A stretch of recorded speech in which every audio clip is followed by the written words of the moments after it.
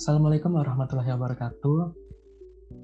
Di sini kami dari kelompok 1 akan mempresentasikan hasil diskusi kami dengan tema budaya organisasi. Di sini, organisasi yang kami pilih yaitu Himaskap atau Himpunan Mahasiswa Arsitektur Lanskap. Di sini ada anggota kelompok 1, ada saya Aditya Aji Pamungkas, ada Ika Wulandari, dan ada Fatimah Zahra Hardi Kirani. Selanjutnya, untuk Himaskap IPB merupakan Himpunan Mahasiswa Arsitektur Lanskap yang didirikan pada bulan September tahun 2004 di Bogor.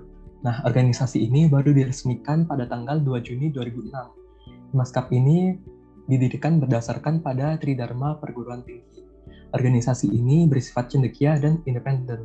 Organisasi ini berbentuk sebagai himpunan mahasiswa di bawah naungan Departemen Arsitektur Lanskap.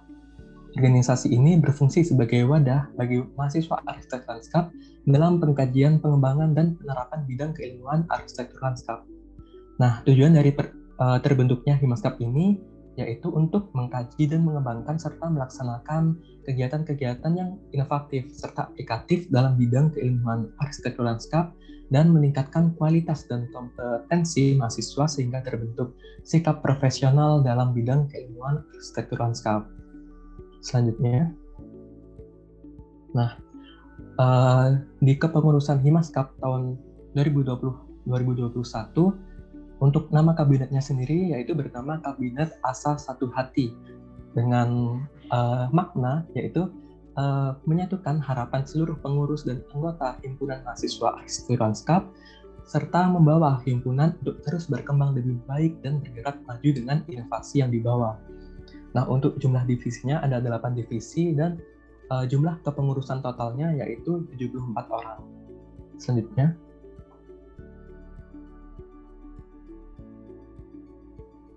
Baik, untuk elemen budaya dari Himaskap tersendiri ada 2. Yang pertama ada share meaning, di mana pengurus Himaskap itu diberikan kesempatan untuk berpartisipasi pada kegiatan keorganisasian, meliputi pengembangan soft skill, berpendapat, melatih kepemimpinan, dan menjalankan program kerja yang diutus untuk mereka. Untuk elemen budaya yang kedua ialah share symbol, di mana pengurus Himaskap dapat mengikuti kegiatan rapat rutinan divisi maupun kegiatan rapat rutin general. Selanjutnya, ciri-ciri budaya organisasi itu ada 7. Yang pertama, inovasi dan pengambilan resiko. Yang kedua, perhatian terhadap detail. Yang ketiga, orientasi hasil. Yang keempat, orientasi orang. Kelima, orientasi tim, serta 6 dan 7, keagresifan dan kemantapan. Untuk ciri budaya organisasi di Himaskap itu sendiri sangatlah jelas di ke-7 ciri budaya ini. Yang pertama, inovasi dan pengambilan resiko, di mana pengurus Himaskap dapat berinovasi dan mengambil resiko untuk memulai program-program kerja baru dan memerhatikan detail terhadap program kerja yang mereka punya. Selanjutnya, untuk jenis budayanya ada komunal dan network, di mana contohnya pada kegiatan keorganisasian Himaskap ini memberikan rasa memiliki bagi pengurus, dan pengurus itu diperlakukan sebagai teman dan keluarga, di mana setiap pengurus Himaskap saling menghargai perasaan dan pendapat satu sama lain untuk mengambil suatu keputusan. Selanjutnya,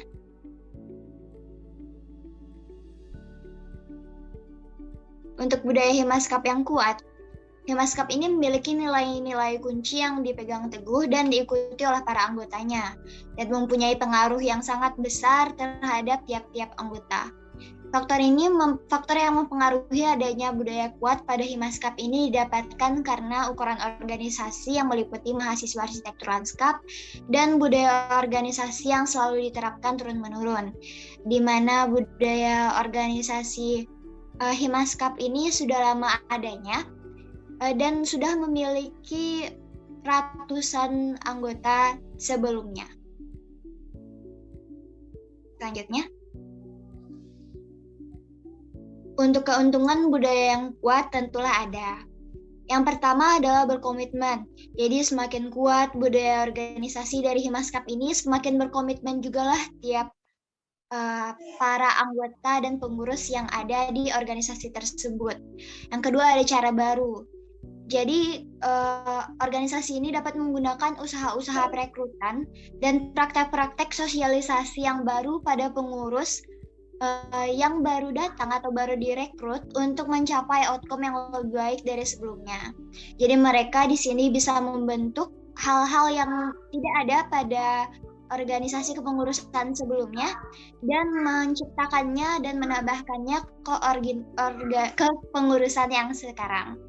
Yang ketiga ada kinerja. Jadi semakin kuat budaya organisasi itu, maka budaya tersebut akan berdampak semakin besar pada apa yang dilakukan oleh pemimpin organisasi.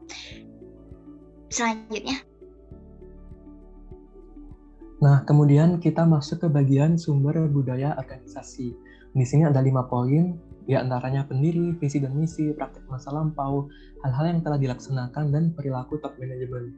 Nah, untuk pendiri sendiri, kita bisa mengetahui jika sumber budaya ini berasal dari pencetus ide atau gagasan terbentuknya himpunan mahasiswa arsitektur lanskap ini. Kemudian untuk visi dan misi ini biasanya budaya ini dicetuskan atau diperkenalkan oleh ketua himpunan yang menjabat pada masa itu. Nah, kemudian untuk praktek masa lampau ini biasa berkaitan dengan budaya-budaya yang telah dilakukan di masa lampau. Misalnya ada kepengurusan tahun sebelumnya, kemudian mengikuti kepengurusan tahun berikutnya. Nah, dari situ mereka mengajarkan budaya-budaya yang telah dilaksanakan kepada anggota pengurus yang baru. Nah, kemudian untuk hal-hal yang telah dilaksanakan, di sini bisa kita lihat ada program kerja yang telah dilaksanakan seperti Bengkel Workspace, terus ILDSC dan sebagainya. Nah, di sini kita bisa melihat evaluasi dari tahun lalu dan memperbaikinya di kepengurusan tahun ini atau tahun berikutnya. Nah, untuk perilaku top management di sini lebih ke hierarki. Jadi mulai dari Kahim, kemudian ke BPH, kemudian ke Kadif, kemudian ke para staf divisi tersebut. Selanjutnya,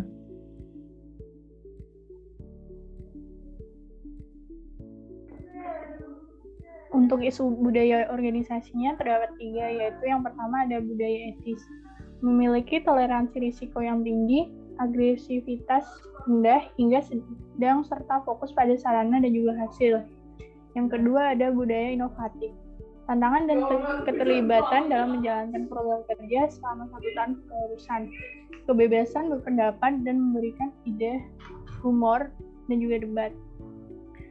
Yang terakhir ada budaya customer responsive, mempekerjakan tipe pengurus yang tepat, menyediakan peran yang jelas pada pengurus untuk mengurangi konflik dan meningkatkan outcome kerja, memiliki pengurus yang teliti, dan juga perhatian dan mau mengambil inisiatif. Selanjutnya, hubungan stakeholder. Semua pihak atau unsur dalam lingkungan eksternal organisasi yang terpengaruh oleh keputusan dan tindakan organisasi. Yang pertama ada anggota dengan pengurus Himaskap.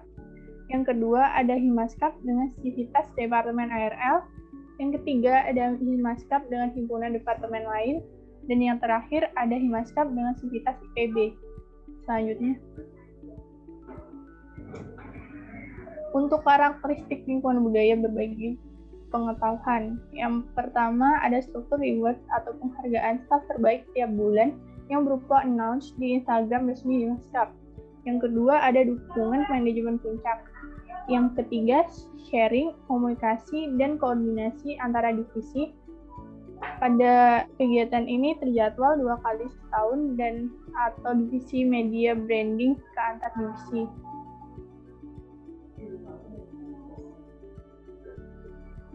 Sekian presentasi dari kami. Terima kasih.